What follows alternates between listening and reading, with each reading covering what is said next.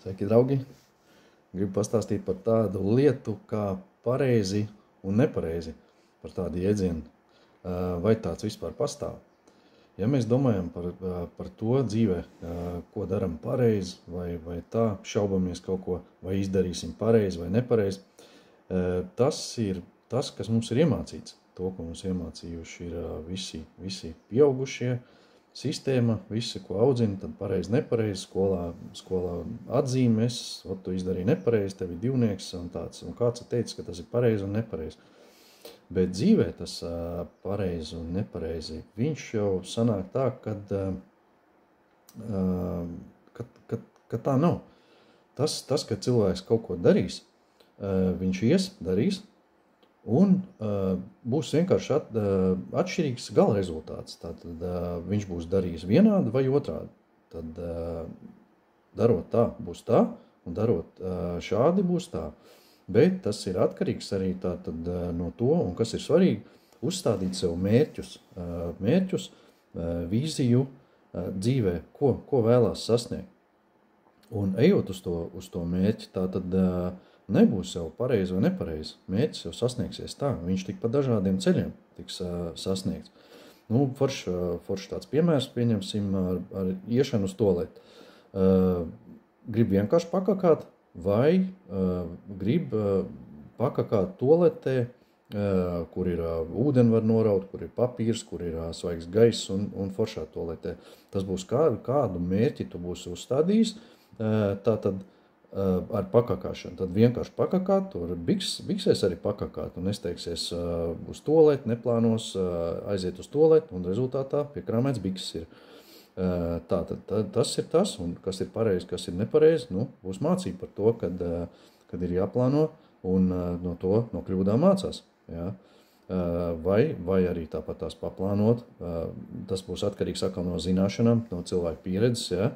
Dzīvē, salīdzinot, vai viņš mācēs atrast, izplānot, kur ir, pirms svešā vietā kaut kur tā tualete ir. Un tā ir jāatrod, sagribas uz to tualeti vai laicīgāk jau plānot tādu tualetes apmeklēšanu. Ja? Tas automātiski notiek, bet to vienkārši salīdzināt ar dzīvi. Tātad paplānot, paskatīties, ja kaut kas neizdosies, nekas, būs kaut kāds ilgāks ceļš vai kas, bet tā būs pieredze.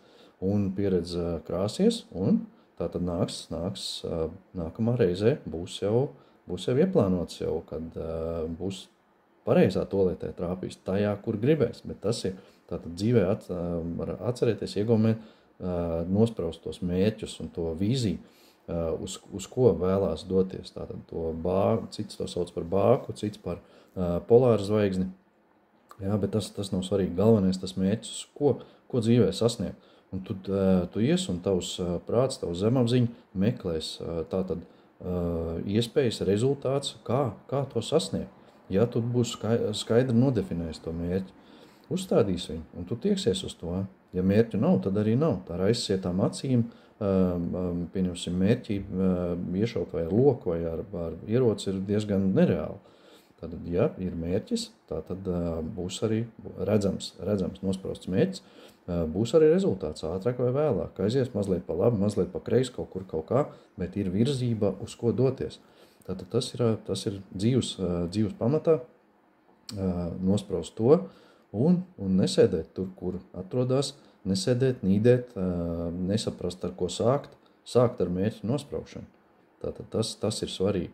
Tātad nākamais ir zināšanas, ko es pieminēju. Zināšanas ir svarīgas, pieredze ir svarīga tādā veidā, bet zināšanas ko? Tātad apmācīties grāmatā. Tie, kuri to saprot laicīgi, kad tomēr es neko nezinu reāli, tad es zinu par maz. Ja es atrodos tur, ko es atrodos, un es gribu būt citur kaut ko labāk, labāk dzīvot, vairāk pelnīt, vairāk sasniegt, tā tad nav pareizi, tad nav mērķi uzstādīti pirmām kārtām, un tā tad zināšanas, ko faktiski iegūst no grāmatām. Ir arī YouTube, protams, podkasti, dažādi apmācoši video, kas ir, arī tie ir labi, bet ir grāmatas, kuras lasīt, ko var ķerties klāt, un pēc mazāk vai lielāka laika, ja to sāks darīt, tad būs arī rezultāti. Tas var būt gads, 2, 3, bet varbūt vairāk, citiem 5 gadi, ja, mazāk, nu, vai vēl vairāk. Jo vairāk tam pieķersies, vairāk darīsi, jo ātrāk sasniegs to rezultātu, ātrāk sasniegs to mērķi, kas ir tātad atkal atgriežamies pie to, kas ir nosprausts. Ja? Cik laika veltīs tam, sēdēs skrulēs, sociālos šitos visādas muļķības skatīties, ja? Vai tajā laikā ņemt un paskatīties kādu apmācošu video, ja? Iedvesmojošu video, kas iedvesmo, izlasīt kādu labu grāmatu, kas ir, ko es iesaku, ar ko sākt. Roberts Kiyosaki, bagātais tēcis, nabagais tēcis, ja? Es pats viņam pārlasu arī tagad, tātad ik pēc laiciņa ir ieteicams viņu arī pārlasīt. Ir ceļš tiem cilvēkiem, kuri atraduši un tātad lasa viņu, ja? Izlasa, un tiem, kur verdzībā, nu, kur algo darbu strādā, ja? Tātad izlasot to un pēc pusgada vai pēc 3 mēnešiem paskatoties, es vēl sēžu tajā pašā verdzībā, nu jāņem vēlreiz tā grāmata jāpārlasa, jo es pats tagad lasot, arī sapratu, kad nu, vajadzēja viņu pārlasīt vēlreiz un būt labāk. Ja? Tātad, ja atrodas turpat, kur ir, bet grib būt citur, tātad kaut kas tiek darīts pa maz, un tas laiks ir jāvēlt. Ja? Tātad, gan apmācībām, gan zināšanu iegūšanai, gan tādā veidā. Ja? Un tad, jā, tas būs vērtīgi. Ja? Tad man sauc Madars Baļķītis, esmu regresologs hipnoterapeits, un tātad man ir mājaslapa superterapija.com saucās, un YouTube ir kanāls Superterapija, kur arī var paskatīties šādus un līdzīgus video iedvesmai un kaut kādu atziņu gūšanai. Un tikt ārā no bedres, kurā atrodas, lai varētu saprast, ar ko sākt, kur virzīties un kā man tas ir izdevies. Un sasniegt tos mērķus, ko vēlās, bet galvenais viņus ir tad nospraust tos mērķus, un viņiem jābūt skaidriem un definētiem. Tā kā tādā veidā. Labi, čau visiem, pagaidām!